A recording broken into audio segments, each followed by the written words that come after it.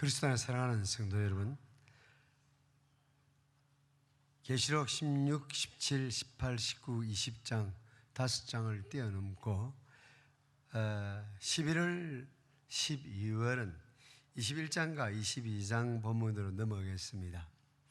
작년 이맘때만 해도 사실은 열심히 하면은 이렇게 뛰어넘는 일 없이 끝까지 다 갈 줄 알았어요. 근데 성도들이 저보다 똑똑하더라고요. 목사님, 그렇게 애쓸 게 뭐 있습니까? 끝에 가서 맞추면 될 거 아닙니까? 처음 들을 때는 그 귀에 안 들어왔어요. 그렇게 할 일 만무한데 싶었는데, 이제 세월과 함께 그럴 수밖에 없는 자신을 발견하게 되었습니다. 이제 20장까지 심판은 모두 끝났습니다. 땅의 성도들을 괴롭히던 모든 세력들은 이제 불못에 던져졌습니다. 짐승, 그의 하수인 거짓 선지자, 그들의 두목 사단이 불못에 던져졌습니다. 그를 추종하던 사람들 누구든지 생명책에 그 이름이 기록되지 못한 사람들은 불못에 던져지는 심판을 받았습니다. 이제 사망과 음부조차 불못에 던져졌습니다. 오늘 본문은 요한이 본 마지막 환상입니다. 여기 21장은 20장까지만은 완전히 다른 분위기입니다. 요한의 환상은 이제 그 극치에 이르고 있습니다. 미래에 관한 요한의 환상은 이제 그 절정에 도달하고 있습니다. 의가 보금자리를 트는 하나님의 통치의 새벽이 동토하고 있습니다. 심판은 끝나고 세상은 새로워지고 기쁨과 조화가 온 누리에 가득한 새날이 밝아오고 있습니다. 보라, 내가 새 하늘과 새 땅을 보니 처음 하늘과 처음 땅이 없어졌고 바다도 다시 있지 않더라. 지금껏 요한은 자주 하나님의 성령에 감동하여 마지막 때에 이루어질 일들에 대한 환상을 보고 듣곤 했습니다. 이제 그는 새 하늘과 새 땅, 곧 새 예루살렘에 대한 계시를 봅니다. 1절 2절입니다. 그리고 보좌에 나오는 음성은 이것들이 인류에게 어떤 의의를 지니는지를 설명합니다. 3절 4절. 그 뒤에 따라 나오는 구절들 역시 보충 설명으로서 목회적 관심을, 요한의 목회적 관심을 반영하고 있습니다. 5절부터 8절까지입니다. 새 하늘과 새 땅의 축복에 참여하는 약속은 누구에게 주어집니까? 낙심되는 상황 속에서 믿음을 저버리지 않는 모든 자에게 주어지고 있습니다. 동시에 진리를 떠나 적 그리스도의 길을 추구하는 신앙생활의 대적이 되는 사람들에게 파멸의 경고를 하고 있습니다. 본문은 엄숙한 경고로서 끝나고 있지만은 전체적인 분위기는 밝습니다. 말로 다 표현할 수 없는 기쁨이 넘치고 있습니다. 본문은 순환당하는 교회의 궁극적인 축복을 묘사하고 있기 때문입니다. 그리스도를 따르는 자들이 바라는 궁극적인 보상은 무엇입니까? 그를 사랑하는 모든 자들이 누릴 최고의 보상은 하나님 자신입니다. 그러므로 본문의 환상은 계시록 전체의 절정인 동시에 성경에 나오는 모든 구원 약속의 절정이기도 합니다. 즉 그리스도와 더불어 싸워온 교회의 유일한 위로는 창조하신 하나님의 목적이 땅 위에서 온전하게 성취되는 것, 그 이하는 아닙니다. 보라, 내가 만물을 새롭게 하노라고 하시는 보좌에 앉으신 이의 음성이 그날 우리를 위로할 것입니다. 이제 요한이 본 마지막 환상을 조금 더 자세히 살피겠습니다. 보라, 내가 새 하늘과 새 땅을 보니 처음 하늘과 처음 땅은 없어졌고 바다도 다시 있지 않더라. 요한은 너무 말을 아껴서 사용하기에 때로는 무슨 말인지 종종 알아듣기가 힘듭니다. 새 하늘과 새 땅 어떻게 이해하면 좋을까요? 우선 새 하늘과 새 땅은 처음 하늘과 처음 땅을 대체하고 있습니다. 하나님께서 태초에 천지를 창조하셨습니다. 하늘과 땅을 창조하셨습니다. 아무것도 없는 가운데서 만물을 있게 하셨습니다. 권능의 말씀으로 무에서 유로의 창조를 하셨습니다. 크리에이터 엑스 니힐로라 그러죠. 아무것도 없는 데서부터 창조하신 하나님이십니다. 천지 창조를 통해서 그의 전능하심이 유감없이 드러나셨습니다. 그의 전능하심을 분명히 나타낸 처음 하늘과 처음 땅은 이제 그 자리를 새 하늘과 새 땅에게 내었습니다. 이전의 번역 따라서 우리가 신앙을 고백하면은 전능하사 뭡니까? 예, 전능하사 천지를 창조하신. 그러니까 하나님의 전능하심이 유감없이 발휘된 일이 하늘과 땅을 창조하심으로써 드러냅니다. 그의 전능하심이 분명 나타난 처음 하늘과 처음 땅은 이제 새로운 하늘과 새로운 땅의 자리를 내어줍니다. 이 진리는 구약에서부터 발견할 수 있는 진리입니다. 천지는 없어지려니와 주는 영존하시겠고 그것들은 다 옷같이 낡으리니 의복같이 바꾸시면 바뀌려니와 주는 한결같고 주의 연대는 무궁하리이다. 천지는 없어질 것을 미리부터 이야기를 하고 있습니다. 그러나 주님은 영존하시겠고 그것들은 다 옷같이 낡아지면은 새 옷으로 갈아입게 된다는 것을 암시하고 있습니다. 하지만 주님은 한결같으시고 주의 영대는 무궁하시다고 말합니다. 시인의 고백만이 아니라 선지자의 예언에서도 입증됩니다. 보라, 내가 새 하늘과 새 땅을 창조하는 이전 것은 기억되거나 마음에 생각나지 아니할 것이라. 내가 창조하는 것으로 말미암아, 내가 새로 창조하는 것으로 말미암아 영원히 기뻐하며 즐거워할지니라. 우리는 동일한 진리를 신약 다른 곳에서도 발견합니다. 가장 쉽게 떠올리는 것은 베드로 사도의 말씀입니다. 하나님의 날이 임하기를 바라보고 간절히 사모하라. 그날에 하늘이 불에 타서 풀어지고 물질이 뜨거운 불에 녹아지리니와 우리는 그의 약속대로 의가 있는 곳인 새 하늘과 새 땅을 바라보도다. 우리는 그의 약속대로 의가 보금자리를 트는 새 하늘과 새 땅을 바라보도다. 주님이 그렇게 말씀하셨죠. 같이 한번 따라해 볼까요? 천지는 없어지겠으나 내 말은 없어지지 아니하리라. 처음 하늘과 처음 땅이 없어진다는 것은 그러면 무슨 뜻일까요? 완전 소멸을 이야기하는 것이 아니라 한 상태에서 다른 상태로 변하는 것을 의미합니다. 여기 새로운이라는 형용사는 질적으로 새로워진 상태를 의미합니다. 이거는 지금 우리가 바라보는 것과 다른 하늘과 땅을 바라보는 것이 아니라 동일한 하늘과 땅이 새로워진 새 하늘과 새 땅이라고 이야기하고 있습니다. 태초에 권능의 말씀으로 창조하신 동일한 하늘과 땅이지만은 새 하늘과 새 땅, 그 땅에는 더 이상 가시황금기가 없을 것입니다.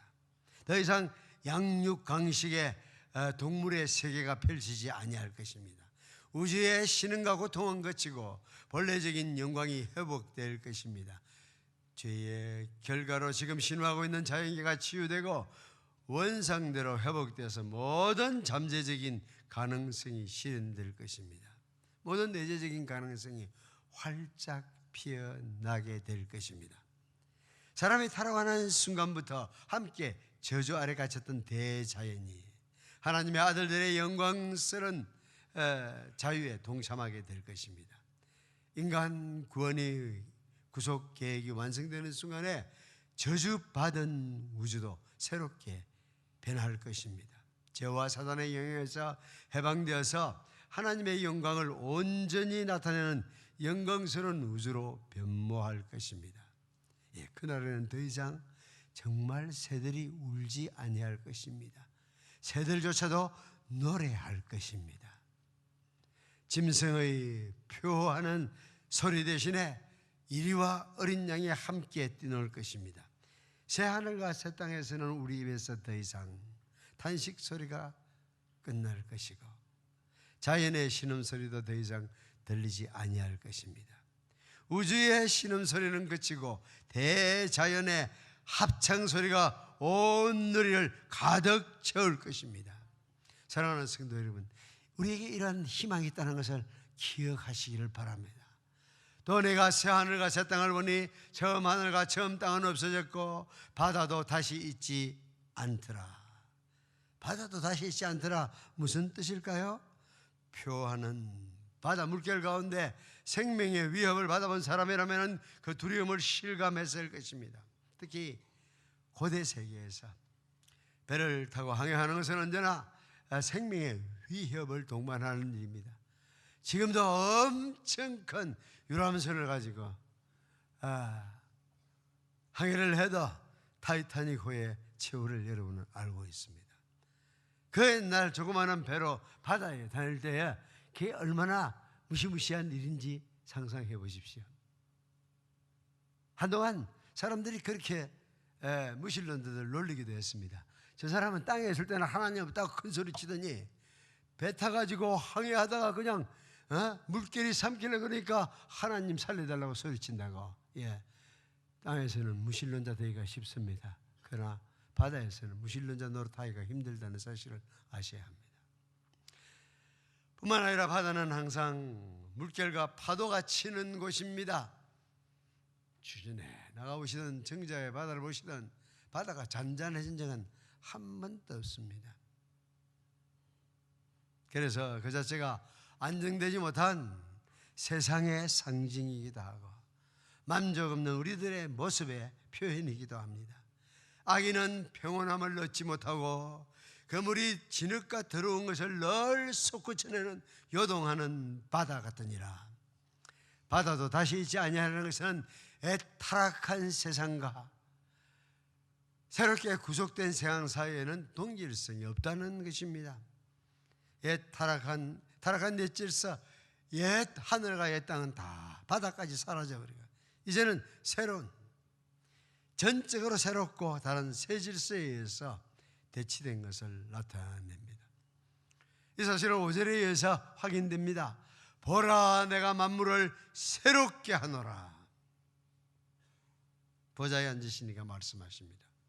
또 내가 보매 거룩한 성 새 예루살렘이 하나님께로부터 하늘에서 내려오니 그 준비한 것이 신부가 남편을 위하여 단장한 것 같더라. 요한은 먼저 새 하늘과 새 땅을 배경으로 보았습니다. 거기에서 새 거룩한 성 새 예루살렘이 하나님으로부터 하늘에서 내려오는 모습을 전해주고 있습니다. 새 하늘과 새 땅을 배경으로 거룩한 성 새 예루살렘이 하늘에서 내려오는 것을 보았습니다. 그 아름다움은 신부가 남편을 위하여 단장한 것에 비교하고 있습니다. 거룩한 성 새 예루살렘은 구원받은 백성들의 거처를 상징합니다. 그것이 거룩한 이유는 죄로부터 완전히 분리된 하나님의 백성들의 거처이기 때문입니다. 그것을 성이라고 부르는 것은 많은 무리가 안전하게 살며 서로 친교를 나누는 아름다운 곳이기 때문에 그렇습니다. 성경은 하늘 예루살렘을 하나님의 거처로서 표현하기도 하고 성도들의 본향으로 소개하기도 하며 완전하게 된 의인들의 영들이 거하는 곳으로 말하기도 합니다. 동시에 거룩한 성 예루살렘은 어린 양의 신부로서 단장한 구속받은 백성들을 의미합니다. 계시록은 두 도시의 이야기를 우리에게 들려주는 동시에 두 여인의 이야기를 말해주고 있습니다. 음녀로 비유되는 세상 도시와 신부로 비유되는 하늘의 도성을 자주 대조하고 있습니다. 그 예비한 것이 신부가 남편을 위하여 단장한 같은 거룩한 성 새 예루살렘은 핍박 가운데서도 끝까지 신앙을 지킨 하나님의 백성을 상징하고 있습니다. 3, 4절을 통해서 우리는 1, 2절에 요한이 보았던 것의 의미를 파악할 수 있습니다. 1, 2절에서 요한은 계시의 절정을 기술했습니다. 그러나 그 환상의 정확한 의미는 3절과 4절을 읽을 때에 이해가 됩니다. 내가 들으니 보좌에서 큰 음성이 나서 이르되 보라, 하나님의 장막이 사람들과 함께 있음에 하나님이 그들과 함께 계시리니 그들은 하나님의 백성이 되고 하나님은 친히 그들과 함께 계셔서 모든 눈물을 그 눈에서 닦아주시니 다시는 사망이 없고 애통하는 것이나 고가는 것이나 아픈 것이 다시 있지 아니하리니 처음 것들이 다 지나갔습니다. 3절은 새 예루살렘이 내려온 의미를 우리에게 들려주고 있습니다. 보라, 하나님의 장막이 사람들과 함께 있음에 하나님이 그들과 함께 계시려니 그들은 하나님의 백성이 되고 하나님은 친히 그들과 함께 계셔서 구약을 관통하고 있는 기본 주제를 보좌의 큰 음성은 선언하고 있습니다. 구약에 나와 있는 모든 언약의 후렴과 같은 표현이 여기에 나타나고 있습니다. 언약의 가장 핵심이 뭡니까? 나는 그들의 하나님이 되고 그들은 나의 백성이 될 것이라는 것입니다. 하나님의 모든 구원 역사는 여기서 그 목표가 있습니다. 하나님의 자기 계시와 구원 사역의 목표가 표현된 구절입니다. 이것이 바로 아브라함을 통해서 맺은 언약의 궁극적인 목표이고 모세와 다윗을 통해서 갱신된 언약의 성취이기도 합니다. 뿐만 아니라 그리스도를 통한 신약 계시의 목표이기도 합니다. 이제 오늘 본문은 이 언약의 약속이 활짝 꽃을 피우고 있는 것을 묘사합니다. 보라, 하나님의 장막이 사람들과 함께 있음에 하나님의 장막이 역사 속에 그 백성과 함께 있었습니다. 광야 생활을 할 때도 하나님의 장막은 그 백성과 동행했습니다. 하나님의 장막은 하나님의 영광과 임재를 나타내었습니다. 사도 요한은 복음서에서도 동일한 사실을 말한 바 있습니다. 말씀이 육신이 되어 우리 가운데 거하심에 우리가 그 영광을 보니 아버지의 독생자의 영광이요 은혜와 진리가 충만하더라. 지금 사도 요한은 다시 한번 하나님의 장막이 사람들과 함께한 것을 증언하고 있습니다. 그 영광스러운 임재를 하나님께서 사람들과 함께 했다고 증거합니다. 임마누엘의 복을 하나님께서 허락하신 것입니다.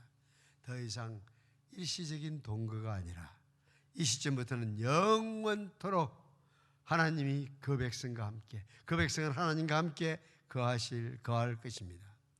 여기서 요한은 보통 단수로 그 백성이라고 표현했었는데 여기서는 복수형으로 바꿉니다. 그것은 각 나라와 족속과 백성과 방언에서 각 나라와 족속과 백성과 언어에서 나온 구속받은 백성 모두를 마음에 두고 있기 때문입니다.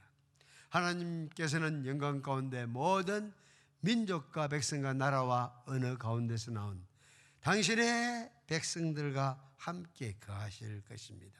하나님께서 그들과 함께 계시며 그들의 하나님이 되실 것입니다. 하나님은 오고는 세대에 그 백성 가운데 계시며 그 백성들과 교제를 나누시는 분입니다. 임마누엘의 하나님이십니다.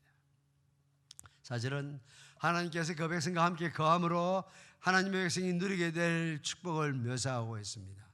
모든 눈물을 그 눈에서 닦아주시니 다시 사망이 없고 애통하는 것이나 곡하는 것이나 아픈 것이 다시 있지 아니하리니 처음 것들이 다 지나갔음이라.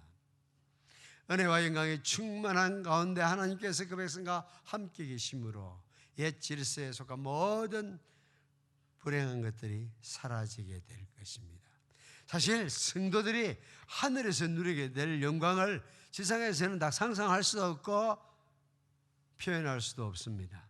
그 영광 자체를 경험도 못 해봤지만은 묘사할 단어가 우리에게는 없습니다. 그래서 현세의 것과 대조해서 서술할 수밖에 없습니다. 모든 눈물을 그 눈에서 닦아주시니 다시는 사망이 없고 애통하는 것이나 곡하는 것이나 아픈 것이 다시 있지 아니하리니 처음 것들이 다 지나갔음이라. 왜 이런 것들이 더 이상 존재할 수 없습니까? 위로하시는 영광의 하나님이 그날 여러분의 눈에 모든 눈물을 씻어 주실 것이기 때문입니다. 영광의 하나님께서 사망이 가까이 할 수 없는 생명을 주셨기 때문입니다. 영광스러운 하나님께서 어떤 슬픔도 잠시 갈 수 없는, 가까이 할 수 없는 기쁨을 허락하실 것이기 때문입니다. 옛 질서는 다 지나가고 만물은 모두 새로워질 것입니다. 여러분들은 그런 사실에 대해서 가끔씩 생각해 보십니까? 믿기지 않는 놀라운 영광스러운 미래에 대해서 생각을 한 번씩 해봐야, 거기에 골똘하게 생각을 해봐야 얼굴에 주님을 낳는 영광의 광채가 발할 것입니다. 집에 가자마자 오늘도 또 가면 또 텔레비전 리모컨 눌러가지고 그것만 바라보고 있으면은 거기에서는 절대 그리스도를 아는 영광의 광채가 빛나질 않습니다. 아무리 사람들이 비아냥거리도 안 된다니까요. 부러워하면 지는 길을 해도 안 된다니까. 그게 보면 멋지네, 저 힐스테이트 아파트 멋지다고 생각하는데, 저 물건 전자제품 그렇게 신앙인은 사는 게 아닙니다. 그래서 텔레비전 들을 수 있지만 거기에 빠져 살아서는 안 됩니다. 그래서 제가 억울하게 생각하는 것 중에 하나가 KBS가 제 돈을 뺏어간다는 것입니다. 거의 한 달에 5분도 안 볼 것 같아요. 특별히 KBS는 안 보는 것 같습니다. 그런데 딴 방송국은 안 챙겨가는데 그거는 꼭 챙겨가더라고. 우리는 거기에 빠져 살 사람들이 아니에요. 새 하늘과 새 땅, 거룩한 성 예루살렘이 내려오는 그 장면을 묵상하면은 항상 기뻐할 수 있습니다. 쉬지 않고 기도할 수 있습니다. 범사에 감사할 수 있습니다. 장차 다가올 영광스러운 소망이 우리의 어두운 현실을 밝힐 것입니다. 요한은 지금 그 목적을 위해서 이 환상을 우리에게 전하고 있습니다. 우리가 믿기에는 너무나 엄청난 사실이기에 5절 이하에서는 하나님 자신의 권위로 확증하며 최종 권면을 하고 있습니다. 보좌에 앉으신 이가 이르시되 보라 내가 만물을 새롭게 하노라 하시고, 또 이르시되 이 말은 신실하고 참되니 기록하라 하시고, 여기서 하나님은 새하늘과 새 땅의 도래에 대한 절대적인 보증으로 이 말은 신실하고 참되니 기록하라고 말씀하십니다. 그 많으신 긍휼대로 우리를 거듭나게 하사 산 소망이 있게 하셨습니다. 이 소망은 그를 바라는 모든 자에게 결코 실망과 혼매를 안겨주지 아니할 것입니다. 약속하신 분이 누굽니까? 모든 약속은, 그게 이명박의 약속이든지 문재인의 약속이든지 상관없이 모든 약속은 약속하신 이의 신실성과 능력에 달려 있습니다.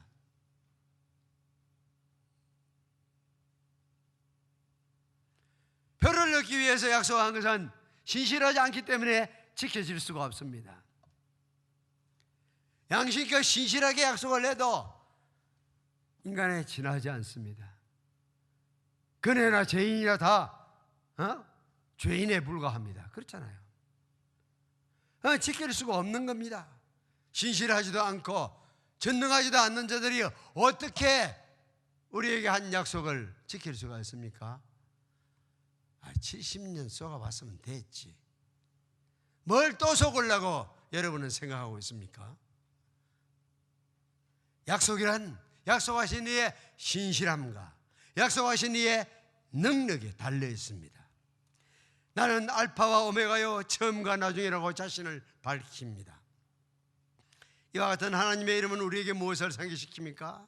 눈에 보이는 현실과는 다른 내일에 대한 약속을 보장하시는 분이 믿을 만한 분이고 전능하신 분이라는 것을, 내가 시초부터 종말을 알리며 아직 이루지 아니한 일을 애측부터 보이고 이르기를 나의 뜻이 설 것이니 내가 나의 모든 기뻐하는 것을 이루리라고 하시는 분입니다. 하나님은 영원하시며 전능하신 분입니다. 세상에서는 나쁜 사람이 여러분에 대해서 신뢰를 하고 여러분에 대해서 약속해 주셨습니다. 이번 인사에는 내가 니 좀 늘 밀게. 근데 인사 받는 결과를 보니까 그렇게 안 됐어. 그럼 찾아서 뭐라 그럽니까? 내가 좀 늘 이번에 밀어주려 했는데 부장님이 안 그러면 사장님이 딴 사람을 밀어서 내가 안 됐다. 밀어주고 싶은 생각은 있었어. 하지만은 능력이 없으면은 아무 소용이 없는 거야. 지금 그분이 본문에서 다 이루었도다. 내 모든 계획을 다 성취했도다. 하나님은 태초부터 끝을 내어다보시면서 만물을 지으신 분입니다. 하나님의 알파는 반드시 하나님의 오메가를 겨냥해서 시작합니다. 하나님의 모든 계획은 그래서 그대로 성취됩니다. 하나님이 뜻하신 바는 반드시 끝장을 보고 맙니다. 우리 인생은 계획한 바를 이루지 못하고 정도에 그만두기도 하고 정도에 변경하기도 합니다. 그래서 16장 1절부터 읽는 대신에 21장 1절부터 읽고 있잖아요. 하나님이 인간과 다른 점은 계획하신 바를 반드시 성취하신다는 사실이었습니다. 그러므로 하나님의 의도는 하나님의 성취와 마찬가지로 확실합니다. 주 안에 사랑하는 성도 여러분, 알파와 오메가여 처음과 나중이신 그분을 사모하십시오. 혼란스럽고 암담한 전망만이 우리 눈에 들어올 때도 하나님의 계획들은 반드시 성취됩니다. 우리를 통해 이루시려는 모든 계획은 반드시 이루어질 것입니다. 우리를 향한 하나님의 선한 뜻은 이미 이루어진 것처럼 확실합니다. 하나님을 신뢰하는 자에게는 미래가 불확실할 수가 없습니다. 영원하신 하나님이 계시기에 미래는 안전합니다. 영원하신 하나님께서 만물을 존재토록 하셨듯이 그분께서 만물을 새롭게 하실 것입니다. 만물이 새로워질 때에 비로소 우리의 깊은 영혼의 욕구도 채워질 것입니다. 나는 알파와 오메가요 처음과 나중이라 내가 생명수 샘물로 목마른 자에게 값없이 주리니. 여러분아, 하나님은 성경 곳곳에서 오라고 초대하십니다. 하나님을 향한 깊은 갈망을 가진 모든 자들은 만족해 하실 것입니다. 하나님께 목말라 하고 굶주린 모든 사람은 그날 배부를 것입니다. 내가 생명수 샘물로 목마른 자에게 값없이 주리니. 영적 갈증을 느끼십니까? 그날이 오면은 생명수 샘물로 해가람을 얻을 것입니다. 지금 목마르다고 해서 음료의 잔을 받아 마시지 아니한 모든 자를 위해서 생명샘물이 여러분의 가람목을 죽이기에 충분히 준비되어 있습니다. 한량없는 충만한 삶이 새하늘과 새 땅에서는 하나님과 교제에서부터 흘러넘칠 것입니다. 아니, 여기서부터 나를 믿는 자에게는 그 안에 샘물이 솟아나리니, 영원토록 솟아나리니. 그래서 우리는 입술에 찬송을 달고 사는 것입니다. 감사를 달고 사는 것입니다. 기도의 소원을 달고 살고 우리는 기쁨으로 살아가는 것입니다. 지금 오라고 하시는 그분의 초대 받아들이고 주님께 여러분의 삶을 맡기십시오. 여러분의 삶이 지금 고달픕니까? 진정한 만족이 없습니까? 생명수 샘물만이 여러분의 삶을 새롭게 할 수 있습니다. 여러분에게 생명을 주시고 더 풍성하게 주실 분은 예수 그리스도 한 분밖에 없습니다. 괜히 불가능한 배우자를 바라보고 살지 마세요. 절대 안 돼. 절대 여러분의 배우자는 여러분을 만족시켜 줄 수 있는 남자든 여자든 될 수가 없습니다. 남편한테 실명하면 또 어디에 꽂히냐면 큰아들한테, 아들한테 꽂히더라고 보니까. 택도 없는 소리입니다. 절대 그 아들이 여러분을 만족시켜 줄 거라고 상상 반푼의 시도 없는 소리입니다. 안 됩니다. 왜냐하면은, 잘 들으세요. 왜냐하면은 그 그 남편의 아이잖아요. 그 남편이 안 됐는데 그 아들이 틀려 말도 안 되지. 그 아들은 장가 가면은 더 이상 안 쳐다봅니다. 그렇게 인생을 살아서는 안 돼. 저 집에도 보니까 아들 가운데 앉혔지만은 그렇다가 저 아들이 뭐 더 들어줄 것도 아니고, 우리는 하나님 한 분만이 우리를 만족시킬 수 있는 분입니다. 참된 안식은 하나님만이 주실 수 있다고 어거스틴은 고백하고 있습니다. 우리 안에 있는 공백은 하나님 자신으로 채울 수밖에 없다고 파스칼이 고백하고 있습니다. 나름 인류 역사에 있어서 그래도 생각을 많이 한 그 분야에서 존경받는 분들이 하는 말이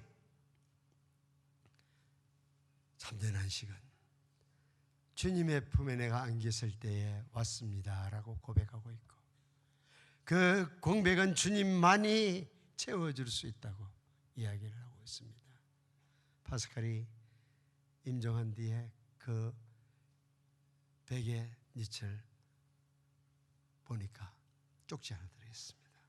몇 년, 몇 월, 며칠, 몇 시. 하나님께서 나를 얼마나 내게 사랑을 부어주셨는지 그 순간에 대해서 잊어버리고 싶지 않았던 것입니다.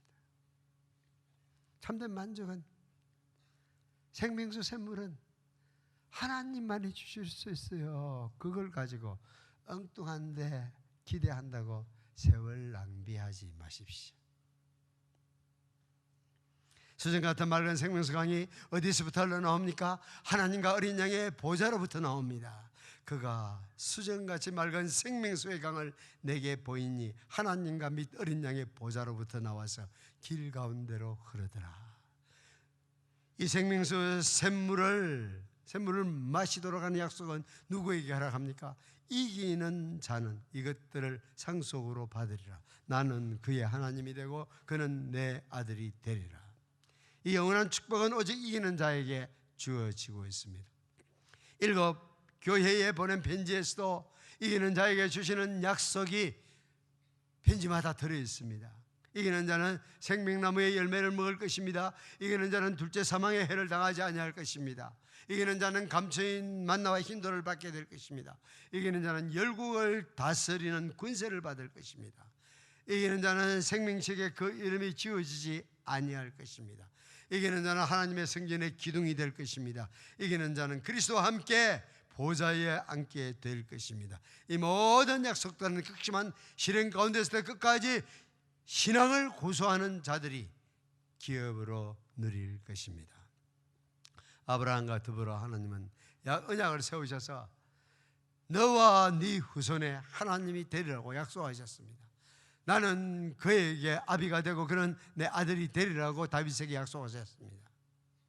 이 옛 약속은 믿음으로 아브라함의 후사가 되는 모든 자에게 성취됩니다. 하나님은 지금 선언하십니다. 이기는 자는 이것들을 유업으로 얻으리니 나는 그의 하나님이 되고 그는 내 아들이 되리라. 그리스도를 부인하고 음녀에게 미혹되어서 짐승을 따르는 자들에게는 하나님의 가족이 되는 자녀가 되는 축복에 동참할 수 없습니다. 세상을 살면서 짐승처럼 살면서 하나님의 자녀들이 누리는 축복을 받아 누릴 것이라고 착각하지 마세요. 살 때에 사람의 아들 예수 그리스도답게 예수 그리스도처럼 살아야 하나님을 사랑하는 데에서 오로지 하나님을 섬기는 데에서 온전한 마음으로 하나님을 섬길 때에 여러분은 이 영원한 생명을 누리게 될 것입니다. 오늘 한국의 기독교는 너무 우리가 받는 축복을 현세적인 것으로만 오도하고 있습니다. 말이 안 되잖아요. 우리처럼 살아가지고 천국 갈 것이다 그렇게 말하면은 우리 삶을 지켜보는 사람들이 니나 잘 믿어 하는 것은 너무나 당연한 반응이죠. 그러나 절대 신실하게 그리스도인의 삶을 사는 자들을 위해서 세상이 그렇게 모여갈 수 없습니다. 주의 이름을 귀히 여기고 주의 말씀을 존귀히 여기고 그 말씀을 따라 사는데 생명을 걸고 시작하면 세상 사람들은 가까이 하기를 두려워하면서도 우리를 존경한다는 사실을 아십니까? 누가 새하늘과 새 땅에 참여하는 복을 누릴 수가 없습니까? 거룩한 성 새 예루살렘에 들어가는 축복을 박탈당하는 자는 누굽니까? 두려워하는 자들, 믿지 아니하는 자들, 흥악한 자들, 살인자, 음행자, 점술가, 우상숭배자, 거짓말하는 모든 자들은 불과 유황으로 타는 못에 던지지니 이것이 둘째 사망이라. 하늘의 음성은 새하늘과 새 땅에 참여 복을 누리지 못하는 자들의 맹단을 나열하고 있습니다. 이 맹단은 사실 길거리에 써붙이기 위해서 하는 것이 아닙니다. 오히려 핍박 가운데 있는 성도들에게 들려주는 하나님의 말씀입니다. 이 은혜의 말씀을 읽는 자와 듣는 자들은 모두 교회 안에 들어온 사람들입니다. 그러므로 맨 먼저 두려워하는 자들을 말하고 있습니다. 두려워하는 자들이라고 번역하기보다는 겁을 먹는 자들이라고 번역하는 편이 좋을 뻔했습니다. 극심한 핍박 때문에 자기의 신앙을 지키기를 망설이고 겁먹고 신앙을 중도에 포기하는 자들은, 여러 번 말씀드렸듯이 요한계시록을 기록한 목적은 핍박하에 있는 성도들을 격려하기 위함입니다. 짐승의 위협 때문에 겁먹지 말고 그리스도를 끝까지 사랑하고 충성하도록 하기 위해서 오늘 본문의 환상도 기록되었습니다. 두려워하는 자들은 새하늘과 새 땅의 축복을 누릴 수 없다고 말하고 있습니다. 뿐만 아니라 믿지 아니하는 자들 이러면 우리가 딱 들을 때 어떻게 생각하냐면 오늘 교회 안 나온 사람들, 아니 교회를 안 다니는 사람들, 천만에. 전혀 그런 뜻이 아닙니다. 신앙을 가진 적이 없는 자들을 말하는 것이 아니라 신앙을 중도에 부인한 자들을 뜻하고 있습니다. 중도의 신앙을 포기하면 거룩한 성 새 예루살렘 대신에 불과 유황으로 타는 못에 참여할 것을 엄숙히 경고합니다. 말씀 맺습니다. 1절부터 4절에 나오는 새하늘과 새 땅은 하나님 자신이 보증하고 있습니다. 새하늘과 새 땅에 참여하는 약속을 하나님은 믿음을 끝까지 지킨 자들에게만 보장합니다.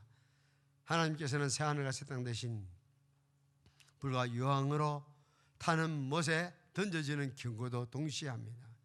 오늘 말씀을 통해서 우리는 뭘 배울 수 있을까요? 끝까지 견디는 자에게 새하늘과 새 땅은 주어집니다. 거룩한 성 새 예루살렘은 예수님의 증거와 하나님의 말씀에 끝까지 신실한 자들의 몫입니다. 처음 이 편지를 받은 성도들은 오늘 우리가 사는 세상과는 전혀 차원이 다른 환란의 바람이 몰아닥치던 시대입니다. 한치 앞을 바라볼 수 없는 캄캄한 어둠 속을 걷고 있었습니다. 그 절망적인 순간에 가장 위로가 되는 소식은 새 하늘과 새 땅에 관한 소식이었을 것입니다. 하늘로부터 내려오는 새 거룩한 성 예루살렘의 모습이야말로 순례의 걸음을 힘있게 하는 환상이었을 것입니다. 새 하늘과 새 땅을 보여주고 신부가 남편을 위해 단장한 같은 아름다운 거룩한 성을 보여주는 이유는 끝까지 충성하라고 격려하기 위한 것입니다. 새 하늘과 새 땅은 믿음을 끝까지 붙잡는 자들에게 주시는 몫입니다. 거룩한 성 새 예루살렘은 예수 그리스도의 증거와 하나님 말씀을 끝까지 붙드는 자들의 몫입니다.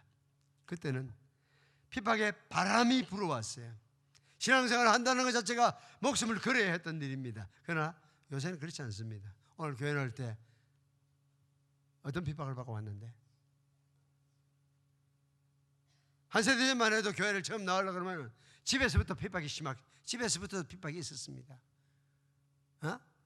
다리 몽둥이 부질러 놓겠다고 엄마가 위협을 하고요, 갔다 오면 아버지가 아궁이에 성경책을 던져버리는 일들이 있었잖아요. 지금 더 이상 그런 건 없잖아요. 지금 우리가 사는 시대는 완전히 다른 시대입니다.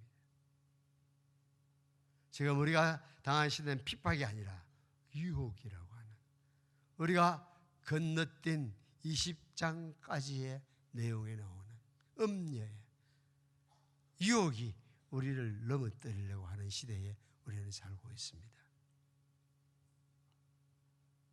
이쪽으로 넘어지든 저쪽으로 넘어지든 사탄은 상관하지 않습니다. 짐승과 그 우상에게 경배하지도 아니하고 이마손에 그 표를 받지도 아니한 자만이 하나님의 자녀가 되는 축복을 누릴 것입니다. 바깥에 나가 살 때는 세상 사람들처럼 짐승처럼 살고 주일날 교회에 와서 여기 앉아있다고 새하늘과 새 땅이 약속되고 있다고 착각하지 마세요. 절대 그렇지 않습니다. 그렇게 하는 것은 마치 교회를 강도의 소굴로 이용하는 것입니다. 내 집이 너희 눈에는 강도의 소굴 같냐? 강도가 한탕 뛰고 자기들의 소굴을 오면은 어떻게 하죠? 안심하는 것처럼 여기 와서 우리 구원받은 백성이지. 그렇게 우리가 처신하니까 세상을 변화시키지 못하는 것입니다. 사랑하는 성도 여러분, 새하늘과 새 땅에 대한 믿음을 여러분이 가졌다면 거기 들어가기에 합당한 삶을 사셔야 합니다. 주님이 친히 이런 권면을 하셨어요. 또 너희가 내 이름으로 말미암아 모든 사람에게 미움을 받을 것이나 끝까지 견디는 자는 구원을 얻으리라.